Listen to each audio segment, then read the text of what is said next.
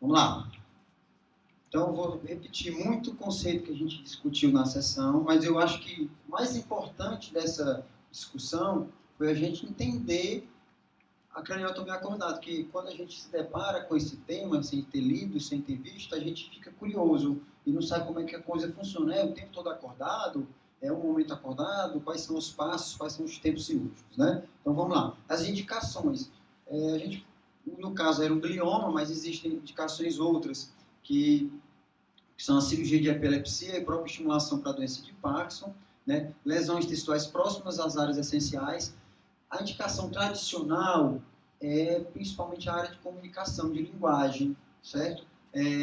E aí foi-se visto os resultados, que tinham bons resultados, e estendeu-se essa indicação até para áreas motoras, e hoje em dia até outras áreas já está se procurando fazer a fase da ressecção acordada, certo? Bom, lesões vasculares de vasos que irrigam áreas essenciais, aí o mesmo princípio. E ele cita, nessa revisão do European Journal of Anesthesiology, ele cita até a necessidade de rápida recuperação. Eu acho que aí já está exagerando. Você precisa recuperar rápido e fazer acordado. Bom, ele cita, né? E associado ao acordado do paciente, existe também a neuronavegação e o potencial evocado.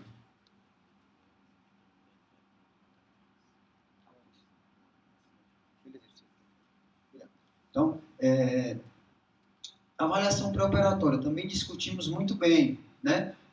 Direcionada, avaliar via aérea, se você tem uma dificuldade, se o paciente tem um histórico já de dificuldade de intubação difícil, você vai ter que conversar com esse paciente de fazer mesmo com anestesia geral, às vezes, tá bom? A apneia obstrutiva foi citado também, questão de se você for fazer com sedação, esse paciente pode fazer obstruções via aérea, fazer hipóxia e gerar uma situação bastante complicada. Convulsões, ver se o paciente está bem compensado no tratamento das convulsões, e esse eu estou citando até você ter o nível sério do anticonvulsivante que ele faz uso, né? Avaliar o tipo, número e frequência de convulsões, isso pode atrapalhar no intraoperatório, né? Náuseas e vômitos é um tema que todos os autores trazem como problemático no intraoperatório do craniotomia acordada. Então, se o paciente até tem história prévia em anestesia de náuseas e vômitos, você já vai começar com profilaxia boa, no mínimo com 2 medicações, né? Se o paciente tem doença do labirinto também. Sangramento, se o paciente tem história de sangramento ou tem alguma comorbidade com coagulopatia, também é importante você saber, porque numa intercorrência, num sangramento com o paciente acordado, que você não tem uma via aérea garantida, tudo se torna mais difícil. E, por último, mas talvez mais importante, a colaboração do paciente. O paciente acordado não colaborativo pode ser um problema grande. Então, você vai explicar minuciosamente para o paciente o que vai acontecer. Essa explicação, você vai ter que dizer o porquê de cada coisa, como eu disse, desde o oxímetro, explicar por que você está colocando o oxímetro, o eletrocardiografia, então, tudo isso você vai ter que explicar. Você vai falar um pouco da duração do procedimento, dos possíveis desconfortos, né? E você vai estar falando tudo isso e vai estar checando o nível de cooperação do paciente com você, se ele vai estar aceitando ou não todos esses problemas. Inclusive, fala-se de fazer já um treinamento dos testes intraoperatórios. Quando eu já fiz hoje em dia a gente tem paciente evocado, mas eu cheguei a fazer alguns wake-up testes em cirurgia de coluna, para escoliose. Eu sempre chegava para o paciente e falava, olha, você vai acordar no meio da cirurgia, fique tranquila, não vai ter dor, vou estar lá do lado, vou pedir para você apertar minha mão esquerda, mão direita, vai mexer o pé. Quando eu não tive nenhum problema, assim, eu fiz uns 5 ou 6 wake-up testes, não ainda muito grande, mas eu sempre explicava bem para o paciente como é que a coisa ia acontecer. E nunca tive problemas. Então, você vai ter que fazer a mesma coisa. Então, a relação médico-paciente é importantíssima. E você vai ter que dar informações de acordo com o nível do paciente. Não adianta você falar, às vezes, de uma maneira muito aprofundada, o paciente que não vai entender. Então, você vai ter que adequar sua explicação ao nível socioeconômico do paciente, explicar por que a cirurgia é acordada, as vantagens, lembrar que a expectativa é proporcional à frustração, né? Então, ou seja, se o paciente tem uma expectativa de um conforto total, de não lembrar de nada, isso é tão verdade. Eu sempre cito o caso de um primeiro que foi anestesiado por uma cirurgia de joelho. Ele reclama de ter acordado no intraoperatório. No mínimo, o anestesista não explicou para ele que era uma sedação, um bloqueio de neuroeixo. ele acordou da sedação e achou aquilo um absurdo. Falta de comunicação, falta de explicação do paciente, mesma coisa. Né? O consentimento do paciente e você tem que pesar tudo isso com o efeito nocebo. O que é o efeito nocebo? É o contrário do placebo. O placebo é o efeito quando você dá uma pílula de farinha para o paciente, ele tem um efeito benéfico da medicação que era para ele receber. O efeito nocebo, ele tem, em vez do efeito benéfico, ele tem o efeito colateral. Ou seja, você vai explicar tudo para o paciente, você pode sentir aquilo, isso, acaba sugestionando o paciente a sentir determinadas intercorrências, efeitos. Isso é muito controverso. Eu acho que aí cada paciente você vai ter que medir o caso a caso. Então, para reduzir o efeito nocebo, por exemplo, você vai fazer uma peridural. Você não precisa falar tanto, né? Mas assim, você não precisa falar que pode ter uma raquianestesia, que ele pode ter que ficar na UTI e tudo mais. Mas você vai falar de tudo que é feito para minimizar os riscos. Se porventura você quiser falar, você vai ter que falar, olha, mas sua peridural é feita com bastante cuidado, a gente com uma seringa de perda de resistência, a técnica é tal, nunca tive esse problema, e se tiver, tem solução. Então, você vai falar todos isso para o paciente que você achar que é adequado, mas você vai falar sempre das soluções e das medidas que você vai fazer para reduzir esse risco.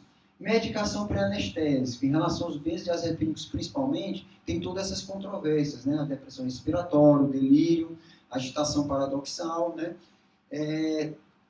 Mas mesmo assim você pode titular, mas é questionável o uso do benzodiazepínico na craniotomia acordada, certo?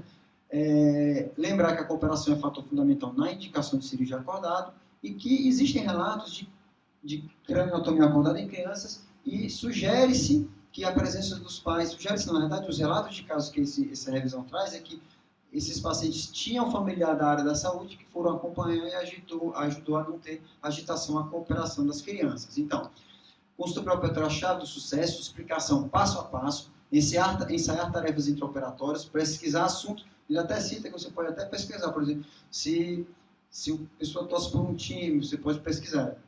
Exceto se torcer por Fortaleza, né, Dai? Então, aí já é um pouco diferente, né? Você não vai tocar nesse assunto, né? Porque pode gerar mais ansiedade. E assegurar comunicação contínua com o paciente, né? Esse aqui é um desenho que ele mostra como você está lá. Então, a ideia é que o anestesista, o neurofisiologista, fica ali na visão do paciente, no campo de visão do paciente. Então, você vai explicar para o paciente que existem vantagens, apesar do desconforto, né? Maior extensão do tumor ressecado, menores déficits neurológicos, menor internação e maior sobrevida. Essas são as vantagens que essa revisão traz. Bom, então os fatores na decisão de indicação. Ressecção versus função, vai ver a localização do tumor e o tamanho do tumor, né? A questão das vias aéreas, de apneia obstrutiva, de convulsões controladas, de profilaxia de náuseas e vômitos, aumento da PIC. O paciente que tem um aumento importante da PIC, ele fala até que desvios maiores que, se eu não me engano, 2 centímetros, acho que é 2 centímetros, vou já passar, vai ter um slide que vai citar, que você não vai poder, é uma contraindicação porque o paciente pode fazer hipoventilação e aumentar a pressão intracraniana, risco de sangramento e sempre entra a colaboração do paciente. Então, seleção, aceitação pelo paciente, criança, tem toda aquela questão que a gente discutiu tanto sobre a cooperação, principalmente, quanto como o desenvolvimento do sistema nervoso com a questão da mielinização, alteração de cronaxia, tudo isso pode ter que mudar a conduta no mapeamento cerebral, né? A condição neurológica de base, se o paciente tem algum déficit, se o paciente que já tem alguma limitação na cooperação, claustrofobia, tosse incontrolável. Uma tosse incontrolável, o paciente não vai conseguir ficar parado para a própria cirurgia, certo? Obesos mórbidos e alterações cognitivas. Então, esse autor cita que são fatores de exclusão. Então, síndrome da apneia obstrutiva do sono, via aérea difícil, aumento da pressão intracraniana, alterações de coagulação, convulsões, náuseas, vômitos, ansiedade e incapacidade de cooperação. Esse autor, eu botei esses vários autores trazendo essas contraindicações, e esse cita algumas coisas diferentes e até um pouco mais objetivas, né? Tosse persistente, hemiplegia, com força do membro a ser avaliado menor do que 3 cruzes em 5, ou seja, não consegue vencer a gravidade, disfasia grave, erro na nomeação.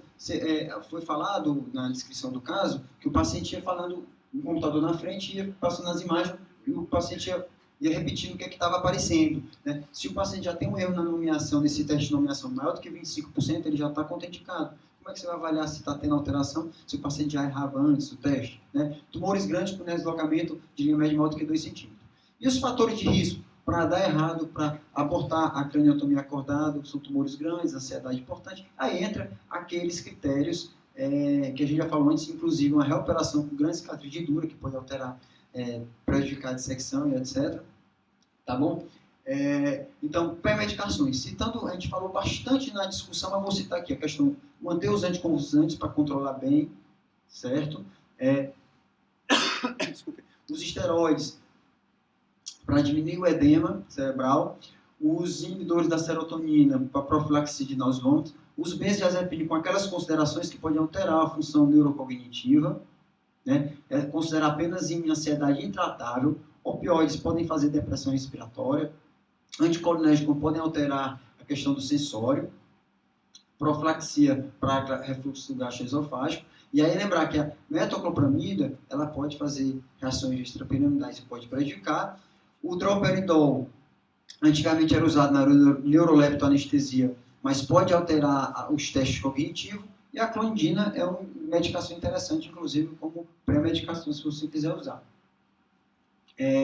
Então, essas são as 3 fases, né? A fase de acesso, a fase de ressecção e a fase de fechamento. Então, como é que ela pode ser feita? Por definição, obviamente, a fase de ressecção é a fase acordada. Óbvio, né? A fase pré-acordado, certo? Pré-despertar, você pode fazer com anestesia geral, né? Nesses 2 primeiros casos, ou com sedação, que é o MEC, Monitored Anesthesia Care, né? E ele não cita aqui a técnica acordado, acordado, acordado, certo? Ainda pode ser.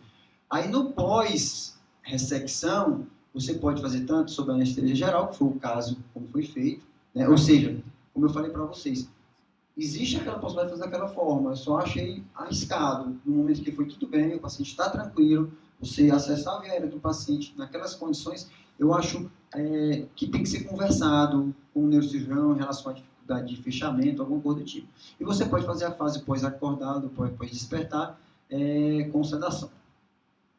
Então, na fase pré-despertar, como foi discutido, pode ser abordado de várias maneiras, com intubação, né?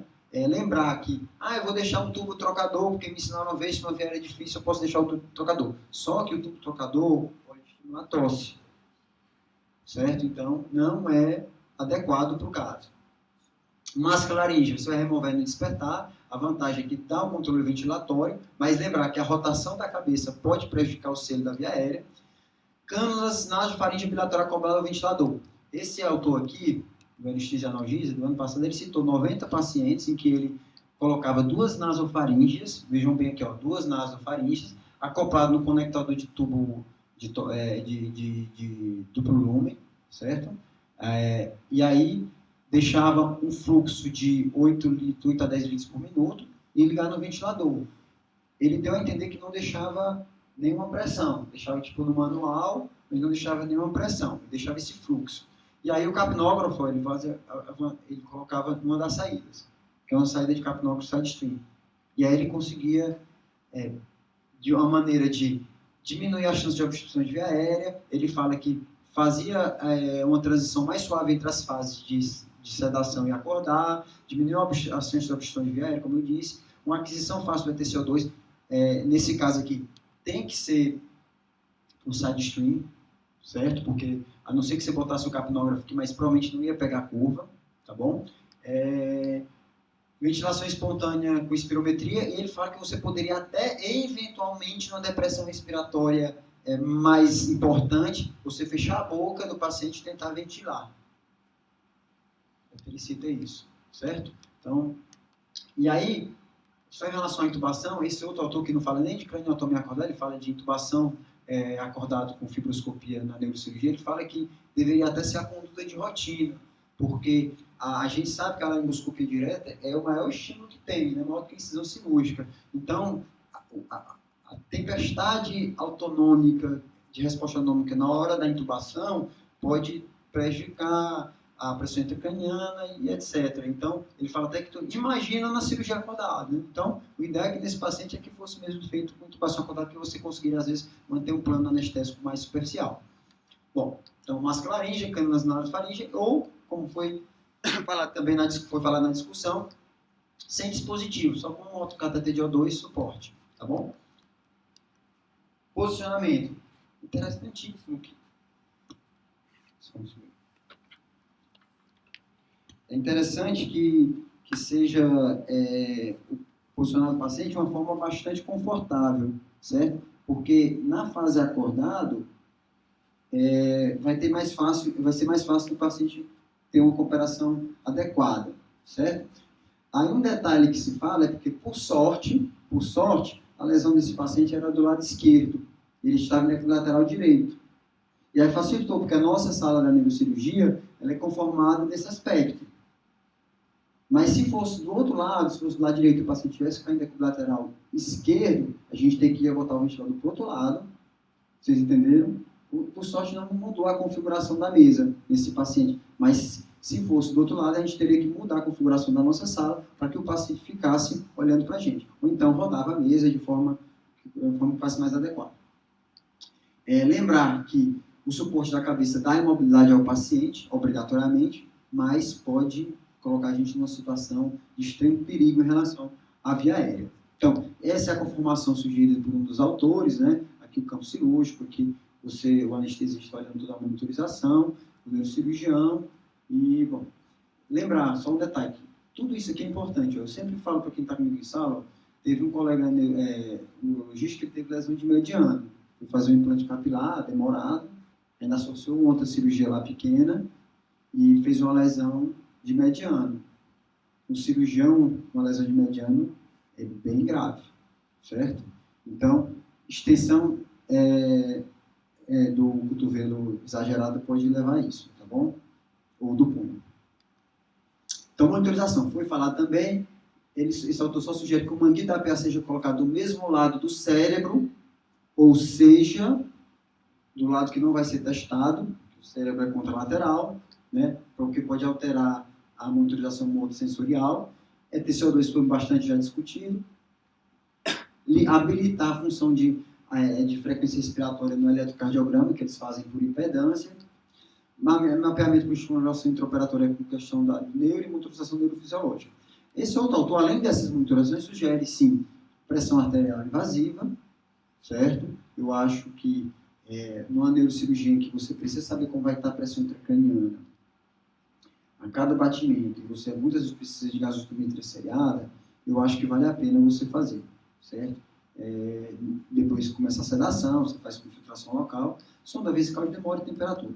Bom, aqui foi um bloqueio que foi sugerido, que tanto pela mesa quanto pela plateia, né? Então, a ideia do bloqueio é fazer o bloqueio do scalp completo, com supratroclear, supraorbital, zigomático temporal, occipital maior, occipital menor e o auricular magno, certo? Além disso, você pode complementar com infiltração de campo e, obviamente, a dura tem sensibilidade, a dura mater tem que fazer o bloqueio dural, mas isso fica, obviamente, com o neurocirurgião. Isso aqui eu acho que, assim, se o neurocirurgião não está habilitado a fazê-lo, eu acho que o anestesista pode aprender e fazer também, certo? Bom, então quais são os cuidados que a gente tem que ter no intraoperatório, né? Lembrar que as memórias ruins são sempre importantes no desfecho, né? Então você vai ter muito cuidado no posicionamento do paciente, no suporte de Mayfield e durante a craniotomia, pelo barulho que faz a craniotomia, certo? Imagina um paciente com uma sedação superficial fazer uma craniotomia, deve ser ensurdecedor, né? A posição de campo, daquela forma em que o paciente tem o campo visual do anestesista e do neurofisiologista na hora dos testes. Alguns autores falam até de ter campos transparentes. Foi sugerido, na hora da discussão, de que tivesse um vídeo para que o neurocirurgião pudesse ver o paciente. Também seria uma possibilidade. A dor foi reclamada principalmente na hora da craniotomia e do posicionamento, e não só da cabeça. Então, os pacientes reclamaram do pós-operatório de dor por causa da posição. Barulho na sala. Por ser uma cirurgia nova, pelo menos para a gente, né, sempre entra muito curioso na sala. Eu ia sugerir, na hora de escutar a discussão, eu me esqueci de falar. O ideal, nesse tipo de procedimento, fechar a porta da sala. fecha a porta da sala. Todo o procedimento é para fazer com a porta fechada, mas às vezes o pessoal esquece de fechar. Então, fecha a porta da sala, deixa uma maneira de obstruir lá para você não entrar. Não precisa todo mundo entrar na sala, certo? Isso é muito importante, certo?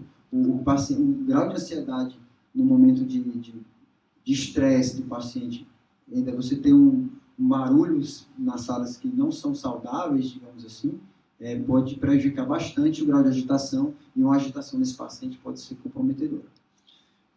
Evitar. Não é raro, às vezes a gente está lá olhando o campo cirúrgico, o paciente anestesiado, aí alguém fala alguma coisa, vixe, né? O paciente acordado, estão operando o cérebro dele. O que ele vai pensar? Não tem outra coisa para pensar.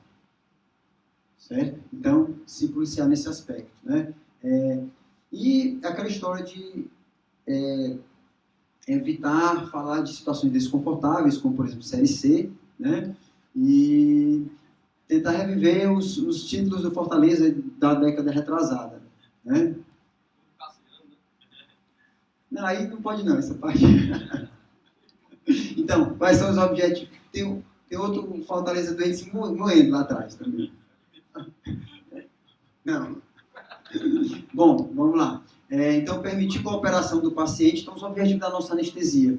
Permitir cooperação do paciente, né, da analgesia, ansiólise adequada, né, sedação apropriada para os eventos cirúrgicos, na hora da craniotomia aprofundar. É tanto que um dado que eu estava conversando aqui com a Natália, é que o momento em que teve mais depressão respiratória nos artigos que comparam sedação com anestesia geral foi o momento da craniotomia. É óbvio, é o momento que você aprofunda um pouco a sedação. Prevenir desconforto do posicionamento, né? No caso, o paciente escolheu a posição dele. Prevenir náuseas e vômitos, prevenir convulsões, já foi bem batido isso. E manter a homeostasia, né? Para você conseguir um acesso adequado às vias aéreas, ventilação, hemodinâmica e relaxamento cerebral, que numa sedação você às vezes consegue diminuir ali o CO2, solicitando que o paciente faça insuflações, inspirações respiratórias. Bom, então, esse trabalho aqui compara as técnicas de sedação consciente e anestesia geral, certo? É um N relativamente pequeno. Ele achou o seguinte, que na sedação consciente houve maior índice de convulsão e agitação, né? E na anestesia geral teve mais hipertensão na fase acordada e sangramento. Mas é um N muito pequeno.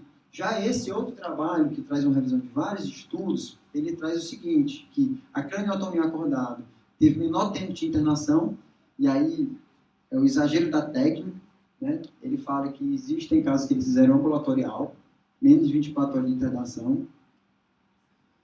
É o que ele fala, certo? Bom, mas que a craniotomia acordada permitiu, algumas vezes, apenas uma menor ressecção do tumor, porém, uma menor ressecção do tumor que, em contrapartida, certo? Trouxe menos déficit neurológico precoce. Essa cirurgia é tão pouco estudada, na minha opinião, que os trabalhos não avaliam a longo prazo. A maioria das complicações neurológicas, eles avaliam precocemente, ainda na internação. Então, até isso é difícil da gente avaliar. A gente não tem trabalhos com 6 meses de acompanhamento e tal. E o viés, é interessante vocês entenderem esse viés. Ele falou aqui que teve menor área de ressecção, menor déficit neurológico. Só que o que acontece? Os estudos que esse autor citou, nos lugares onde fizeram esse estudo, a indicação de craniotomia acordado era paciente com lesão próximo à área funcional, certo? O controle, ou seja, os pacientes sob anestesia geral tinham tumores que muito provavelmente não estavam tão próximos de áreas funcionais. Ou seja, se você está operando os pacientes, qual é que é para ter mais déficit neurológico? Perto de área funcional ou longe de área funcional? Perto de área funcional. Quais são os que vão para a craniotomia? Acordado. Tem tumor perto de área funcional.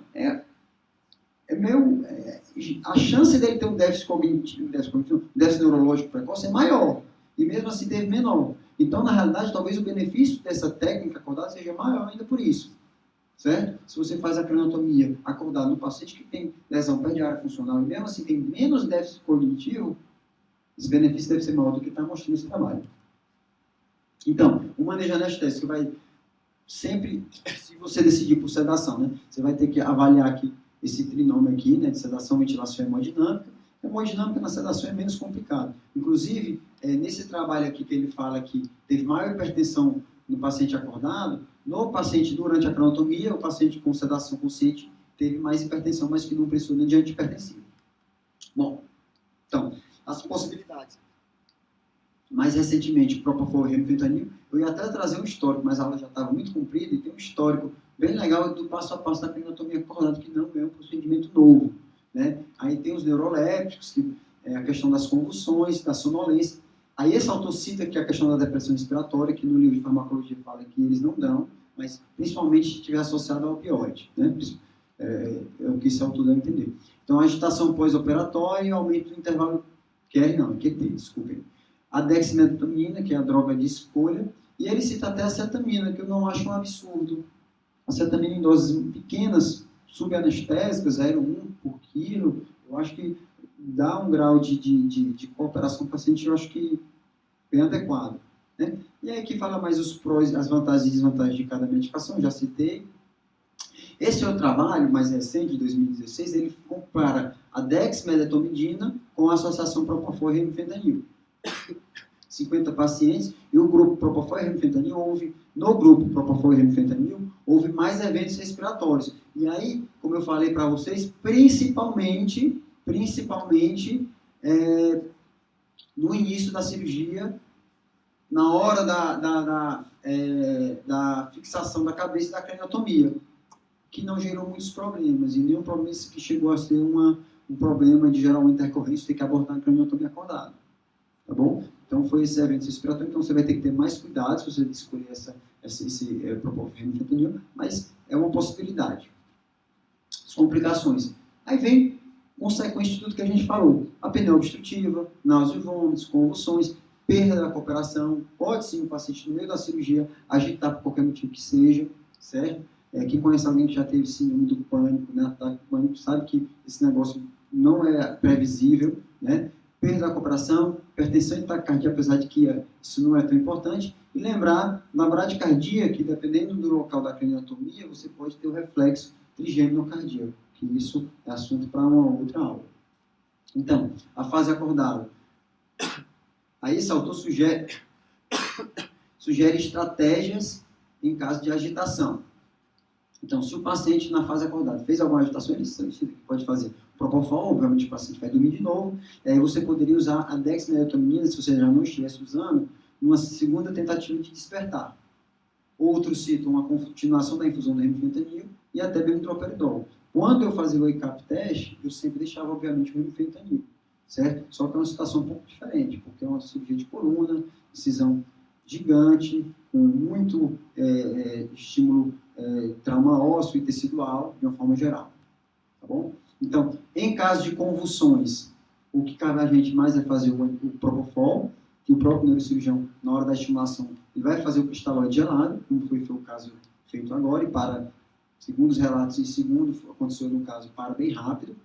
E em caso de obstrução, você vai diagnosticar, avisar o cirurgião, chamar ajuda, parar infusões, e aí vai tentar salvar, de alguma forma, aquela situação. Bom, isso aqui são só as complicações e as prevenções, não vou citar muito, já está acabando. Fase pós-despertar, que foi uma das coisas que gerou discussão no caso, né? Geralmente, esse autor fala que geralmente é bem aceita com máscara laríngea, sem máscara laríngea, desculpa. Você vai só reiniciar a sedação. É como eu disse, eu não tenho experiência com esse procedimento.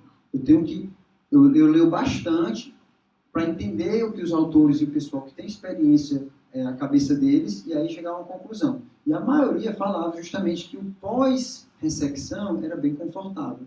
Então, caso o paciente estivesse cooperativo, era uma possibilidade manter sob sedação. Isso aqui é um resumo, é o último slide. Então, decisão de fazer a cirurgia, preferência do paciente. Pré-operatório, relação boa com o paciente. Intraoperatório, as fases. Pré-despertar, fase desperta ou acordado, e pós-despertar. Na fase pré-acordar, pode ser com anestesia geral ou sedação, com ou sem dispositivo de via aérea. Manejo antes do acordado, mais uma vez, pode ser com máscara laríngea, né? Objetivos durante o acordar. Um acordar suave, óbvio, né? Objetivos na fase acordado, né? Evitar tosse, evitar agitação, melhorar a chance de cooperação do paciente, retirar a dor do paciente e dar conforto ao paciente. Esse conforto lê-se também a questão de comunicação, de visualização do paciente e reafirmação e reasseguração de que está tudo bem, né? Backup de via aérea, que foi falado, né? Aqui fala de ter pelo menos um videolaringoscópio, a máscara laríngea, né? Nas situações de emergência você tem o propofol e a succinilcolina, ter a salina gelada para caso de convulsão e fazer o propofol venoso, né, em caso de agitação, e o pós-acordar, ele também fala que a máscara laríngea pode ser não recolocada, pode ser dispensar a colocação de máscara laríngea. Então, por último, a experiência do paciente durante a craniotomia acordado depende enormemente do cuidado da preparação pré-operatória do anestesiologista, certo? E da performance, do desempenho intraoperatório do profissional. Então, assim,